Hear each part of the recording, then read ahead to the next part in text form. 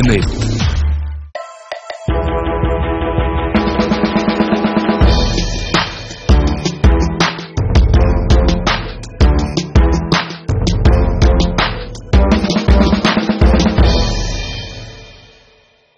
Hello and welcome to another episode of NSE FinViz powered by CNBC TV 18 Season 2. Today we're in the Pune Hinjewadi campus of a global company with expertise in software product development and technology services, Persistent Systems.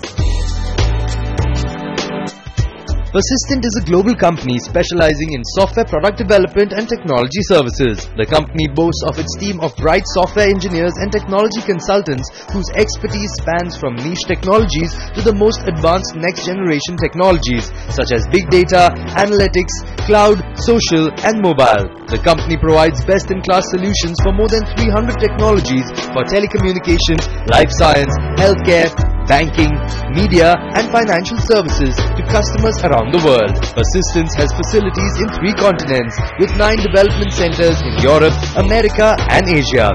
Persistent operates from Pune in India while some of its other offices are located in Nagpur, Goa, Hyderabad and Bangalore. The company also owns offices in Singapore, Tokyo, Toronto, San Jose, Seattle, Boston, Dallas, Illinois, Connecticut, the Netherlands and the United Kingdom. Focusing on our theme for the series, NSE FinViz visited Persistent in Pune to gauge thoughts and notions of the young employees on investments and financial planning. Investment, according what I invest, is mostly diversified. It could be in mutual funds, most of it is in fixed deposits, a little bit in insurance, and of course buying a house would be another investment. I really want to invest more into mutual funds and I'm looking forward to it. I really want to understand more about mutual funds so that I can invest more, and get good returns in long term. There are multiple factors which are involved while I make any decision about my investments. I go and talk to my family, my friends and people who have already invested in a lot of places. So I ask their feedback, I ask what kind of returns are they getting out of it, and based on that I decide where to invest and where not to invest. I plan to invest in something maybe like a mutual fund, because I believe that investing at an age which I am at right now is mutual fund is a good option for me. I understand that has a little bit of risks as well, but I make sure that only around 10 to 20% of my salary gets invested into mutual fund, and while the rest of it is I'm investing into something that is more secure for me. And we're now joined by 2 very special experts. We have Pankaj Matpal, who's the Managing Director of Optima Money Managers, and he's also a certified financial planner. Welcome to the show, Pankaj. And we have Kalpesh Asher, who's the founder of Full Circle Financial Planners and Advisors. Welcome to the show, Kalpesh. Kalpesh, first question to you. The importance of goal setting. So we all have an idea that I'm earning X amount, I'm spending Y, Z is what I'm saving. But how important is it to decide what I'm saving for and how much I should save? Okay, so basically, I would like to equate it with a game of football. Okay, so what happens in a game of football? That one of the players, assume it's one of you, who is getting the ball with him, and he starts dribbling. He makes passes. He receives the ball. He shoots. He heads the ball. And at the very last moment, he finds himself in front of a goal, and he has to score a goal. Picturize a situation where there is no goalpost to shoot at. It all boils down to the effort which he has taken to get the ball up to the goalpost, and he does not have a goalpost to shoot at, is exactly the situation of a financial goal. You earn money, you slog, you really work day in, day out. But where is that money going at the end of the day? What we try to propagate in financial planning is that every amount of money which you earn has to be directed towards a particular goal. Okay. Now, goals can be of different types, and goals are dynamic by nature. Me and you cannot have the same goals. You have best of friends. You must be hanging around with your friends the whole day. But those two people cannot have the same goals, because everybody's life and everybody's financial situation is different.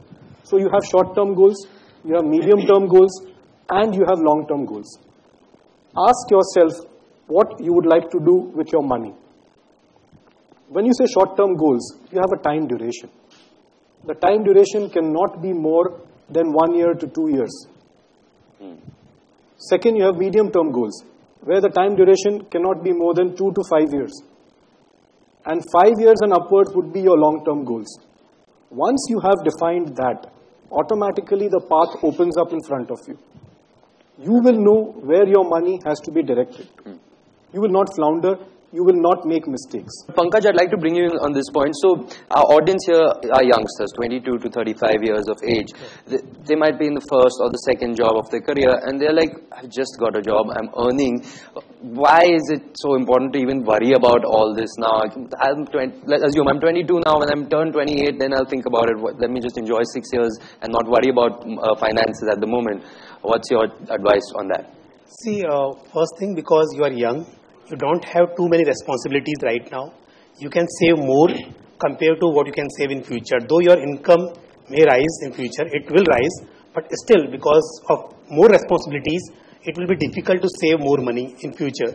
So earlier the better. Second thing, longer the duration. If you start investing now only, so the longer time period is available to grow that wealth, it is more better chances that you will be able to create wealth. Set your goals as he explained you just now. Your goal may be different, like buying a house, buying a car, vacation planning, your own marriage, your further education you may be planning, retirement planning. Set your goal, set the time duration. Think that how much money you will need if you are going to complete that goal as on today. Then after considering inflation, how much will you need in future for that goal? And then start investing. For example, right now you must be thinking that, okay, for buying a car, buying a house is okay, but why for retirement? Yeah. But do you know, if you start your retirement planning right now and start investing just 4,000 rupees per month, 5,000 rupees per month, or even lesser than that even. Right. But if you keep on growing your amount, you increase your investment amount every year by 5-10% as your salary increases, you will be able to accumulate 5-6 crore rupees for your retirement at the age of 60. But suppose you start investing at the age of 50 and then you invest even 15-20,000 rupees per month, then also it will be difficult to accumulate that much corpus. So that is why whatever is your capacity right now, start with that amount, keep increasing and invest at good place. That is also important.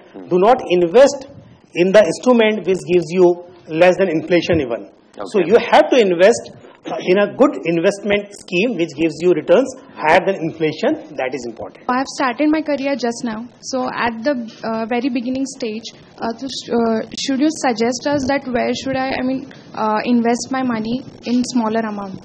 So the first step you've taken is thought about investment. That's great. What I would suggest first of all, Sharda, is that first start creating a small corpus as an emergency fund, because you've just started working.